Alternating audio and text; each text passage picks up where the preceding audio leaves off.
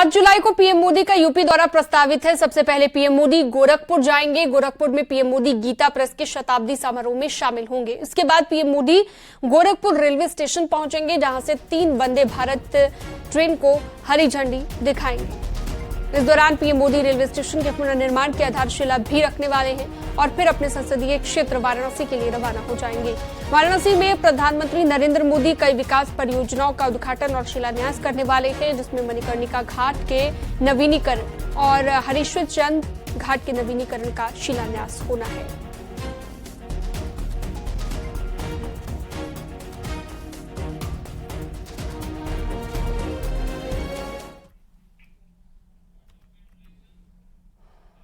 प्रधानमंत्री नरेंद्र मोदी के गोरखपुर दौरे को लेकर तैयारियां तेज हो गई हैं। पीएम मोदी सबसे पहले गीता प्रेस जाएंगे और 45 मिनट तक यहां पर रुक सकते हैं। इस दौरान प्रधानमंत्री नरेंद्र मोदी लीला चित्र मंदिर में भगवान श्री कृष्ण और रामायण पर आधारित चित्रों को देखेंगे।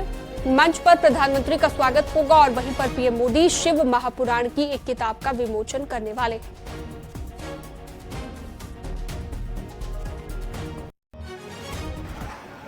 गीता प्रेस के शताब्दी वर्ष समारोह के समापन में प्रधानमंत्री नरेंद्र मोदी 7 जुलाई को गीता प्रेस आ रहे हैं। उसको लेकर तैयारियां यहां पे जोरों पे है। प्रधानमंत्री यहां पे सबसे पहले आएंगे और उनका स्वागत होगा। स्वागत के बाद वो गीता प्रेस में ही जो लीला चित्र मंदिर है उसका भ्रमण करेंगे। वहां भगवान श्री कृष्ण की लीलाओं के कई चित्र लगे हुए हैं, कई हजार चित्र लगे हुए हैं, उसको देखेंगे और फिर यहाँ पे आके शिव महापुराण का विमोचन करेंगे। वो शिव महापुराण का विशेषांक है, उसका विमोचन प्रधानमंत्री करेंगे।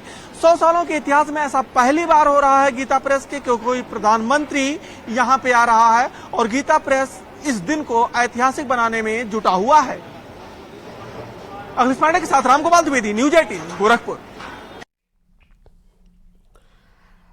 तो 7 जुलाई को पीएम मोदी गोरखपुर से वाराणसी जाएंगे। प्रधानमंत्री काशी में 12,110 करोड़ की परियोजनाओं का यहां पर लोकार्पण करने वाले हैं। पीएम मोदी 29 परियोजनाओं का लोकार्पण करेंगे और शिलान्यास करेंगे। वाजिदपुर में जनसभा को संबोधित किए जाने का भी उनका कार्यक्रम है।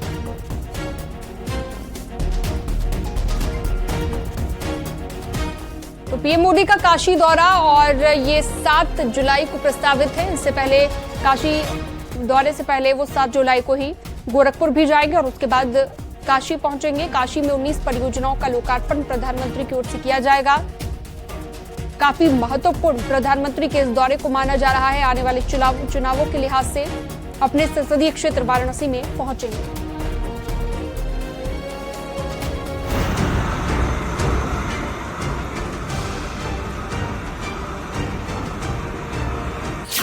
चुनावी शंखनाद करने के लिए प्रधानमंत्री मोदी उस सियासी मैदान पर कदम रखने वाले हैं जहां सबसे ज्यादा लोकसभा सीटें हैं, जहां क्लीन स्वीप का लक्ष्य है और जहां से रास्ता दिल्ली की गद्दी को जाता है।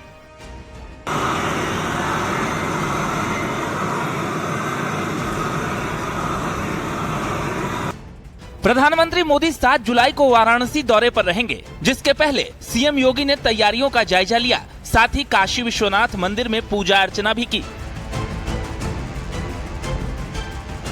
प्रधानमंत्री मोदी का वाराणसी दौरा उस लिहाज से भी खास है क्योंकि एक बार फिर वो 24 के चुनाव में काशी से ही विरोधियों को जवाब देने वाले हैं और वाराणसी मॉडल को 2024 के पटल पर रखने वाले हैं।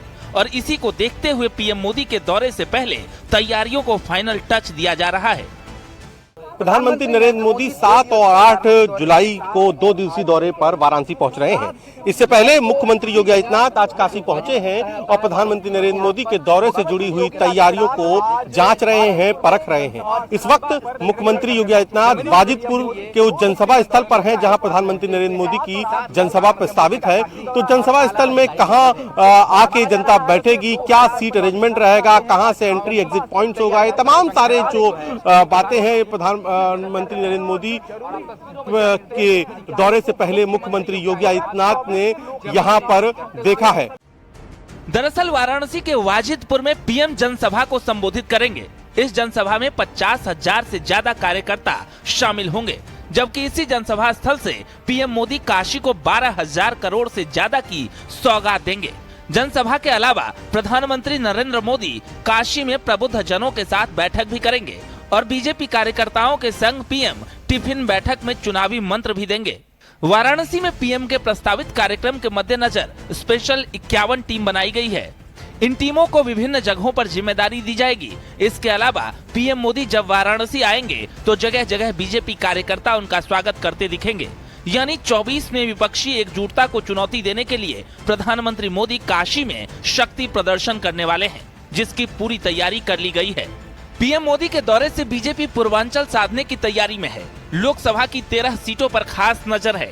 हर वर्ग, हर समुदाय को साधने की तैयारी। बीजेपी कार्यकर्ताओं को जमीन पर उतारा गया। यानी जब पीएम मोदी वाराणसी से चुनावी शंखनाद करेंगे तो नजर उन 13 सीटों पर ही रहेगी, जिसे जीतना मतलब क्लीन करने जैसा होगा। और इसी को ध्यान में रखते हुए इस कार्यक्रम की तैयारियों पर खुद सीएम योगी की नजर है। न्यूज़ 18 के लिए वाराणसी से उपेंद्र द्विवेदी की रिपोर्ट।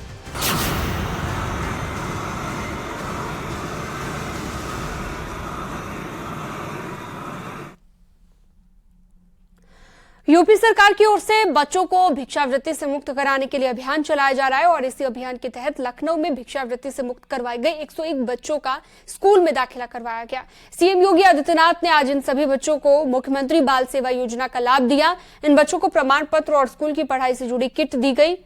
इसके साथ ही 2500 रुपए हर महीने इन बच्चों को दिए जाएंगे। मुख्यमंत्री बाल सेवा योजना के तहत कोरोना काल में जिन बच्चों के माता पिता ने अपनी जान गंवा दी, उन बच्चों के पालन पोषण और आर्थिक मदद के लिए योजना शुरू की गई। आज इस योजना के तहत भीख मांग रहे बच्चों को सरकार पढ़ा रही है।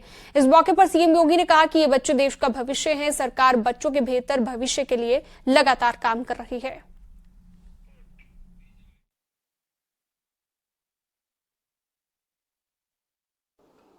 ये जितने बच्चे यहां पर आए हैं, इन बच्चों को uniform, bag, books, sweater, shoes, socks, ये सब बेसिक शिक्षा परिषद उपलब्ध करा रहा है। ये योजना हमारी 2017 से उत्तर प्रदेश में लागू है। 2017 से हम लोग प्रदेश भर के, उत्तर प्रदेश के आज के दिन पर 1,91,00,000 बच्चों को ये सुविधा हम प्रदान कर रहे हैं। अनुमान करिए 1,91,00,000 बच्चे इस योजना के साथ जुड़े हैं और जितने भी बेसिक शिक्षा परिषद से जुड़े हुए विद्यालयों में बच्चे एडमिशन लेंगे, उनको इस सभी प्रकार की सुविधाएं उत्तर प्रदेश सरकार देने के लिए पूरी प्रतिबद्धता के साथ कार्य कर रही है। कि कोरोना के कारण जो मौतें हुई, उनकी संख्या उत्तर प्रदेश भर में अगर हमने देखा तो 4000 ऐसी संख्या थी। उनको हमने मुख्यमंत्री बाल सहायता योजना के अंतर्गत जोड़ा है।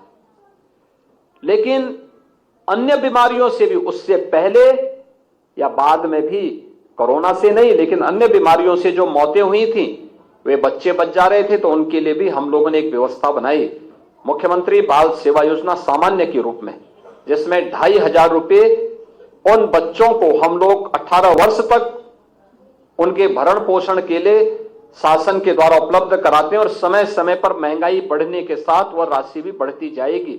इस विश्वास के साथ यह प्रदेश सरकार ने प्रारंभ कराई। इसके पीछे आदरणीय प्रधानमंत्री जी की प्रेरणा थी, जो कार्यक्रम सफलतापूर्वक आज प्रदेश भर में चल रहा है।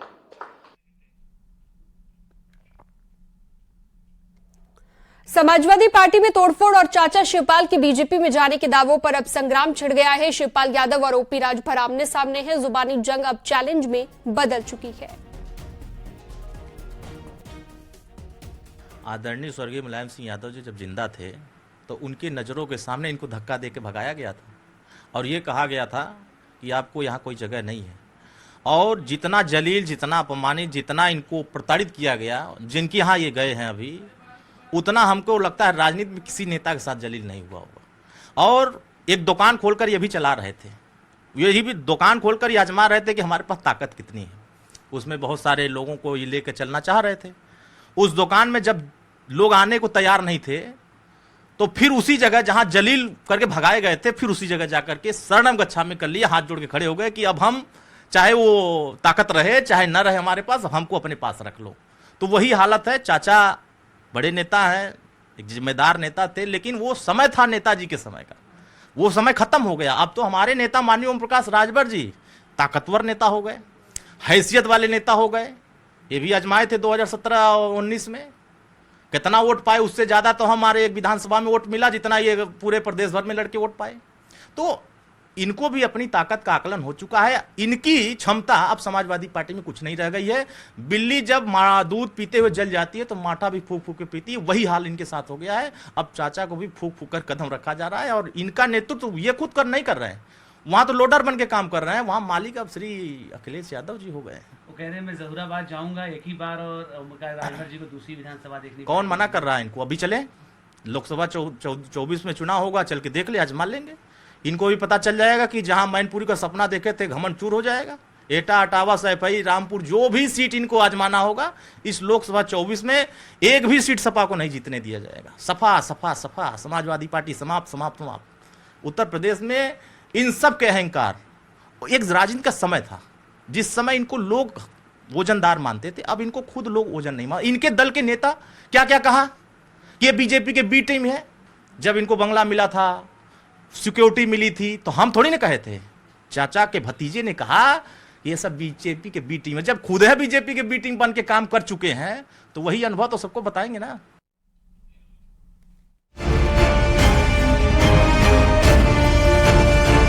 महाराष्ट्र की तर्ज पर समाजवादी पार्टी में तोड़फोड़ और खुद शिवपाल के बीजेपी के साथ जाने की अटकलों पर उत्तर प्रदेश में सियासी भूचाल आ गया है। शिवपाल यादव और राजभर आमने सामने आ गए हैं और बात चैलेंज तक पहुंच गई है।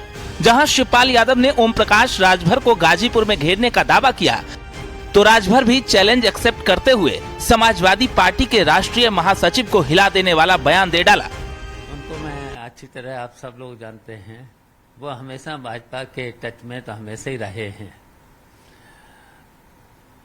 और वो कहीं भाजपा से अलग तो थे नहीं, हमेशा बोलते ही रहते हैं। और फिर उनकी जब भी ऐसे मौके आते हैं, चुनाव आते हैं, तो उनकी दुकान फिर से चलना शुरू हो जाती है। राजभर डरने वाला नहीं होता है। ये महाराजा सुहेल देव राजभर का वंशज है। कल तक तो वो बी टीम के अखिलेश जी, वो नहीं के बी टीम कहता ना कि हमें कहत रहना। उनसे पूछिएगा कि अखिलेश जी क्या बयान दे रहे थे आपके विषय में, किसके साथ बता रहे थे। सदन के अंदर अखिलेश जी ने बोला था, बाहर नहीं। हम भी सदन में थे।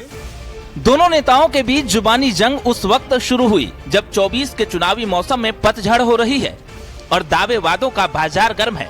खासकर उन नेताओं को लपेटे में लिया जा रहा है जो कभी अपनों से रूठे रहे, तो उन नेताओं को भी निशाने पर लिया जा रहा है जो मजबूत डाल पकड़ने के लिए बेताब हैं। और वही दो चेहरे अब आमने सामने हैं।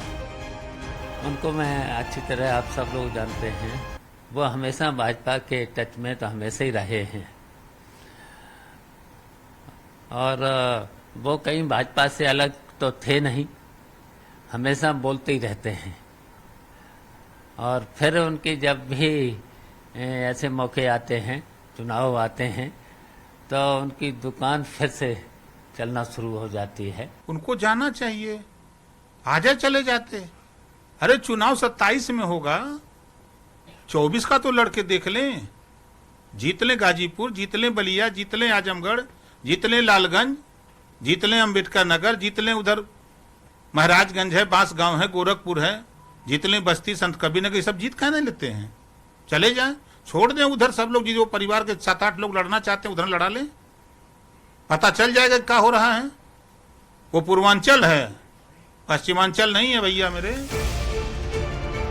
शिवपाल कहते हैं कि कई बार कोशिश की गई, साम दाम दंड भेद सब अपनाया गया, लेकिन शिवपाल ठहरे, उन्हें हिला पाना मुमकिन नहीं। और फिर बात पूर्वांचल तक पहुंच गई, क्योंकि घोसी, गाजीपुर, जौनपुर, चंदौली, सोनभद्र, आजमगढ़ में राजभर जिसके साथ भी रहेंगे उस पार्टी को फायदा पहुंचा सकते हैं। और इसी दम पर राजभर समाजवादी पार्टी को चुनौती देते रहे हैं। साथ ही राजभर का आक्रामक रूप इस लिहाज से भी खास है क्योंकि सियासी गलियारों में ऐसी चर्चा है कि राजभर एक बार फिर बीजेपी से गठबंधन कर सकते हैं। बीजेपी और एसबी-एसपी में गठबंधन की फिर चर्चा। ओपी राजभर ब्रजेश पाठक के करीबी में से एक। एनडीए में जाने पर राजभर की लग सकती है लॉटरी। योगी सरकार में राजभर को मंत्री बनाए जाने की अटकलें, यानी राजभर 2024 के लिहाज से अब फ्रंट फुट पर खेल रहे हैं और शिवपाल से जुबानी जंग भी उसी ओर इशारा कर रही है। साथ ही राजनीतिक पंडित ये भी मानते हैं कि बीजेपी से राजभर की बात लगभग बन चुकी है। हालांकि बीजेपी इस मसले पर कुछ भी बोलने से बच रही है।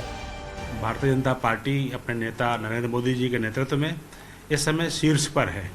हमारी गरीब कल्याण की योजनाएं जनता के बीच में हैं और इनसे आकर्षित होकर के कई पार्टियां, कई अन्य नेता जो है भारतीय जनता पार्टी में आने के लिए आकर्षित हैं, लेकिन इसका उचित निर्णय भी हमारा केंद्रीय नेतृत्व करेगा।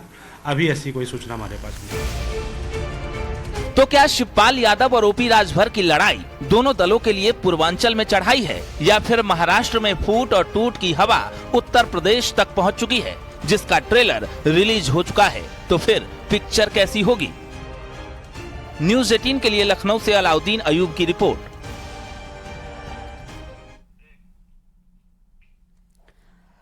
खबरों का सिलसिला लगातार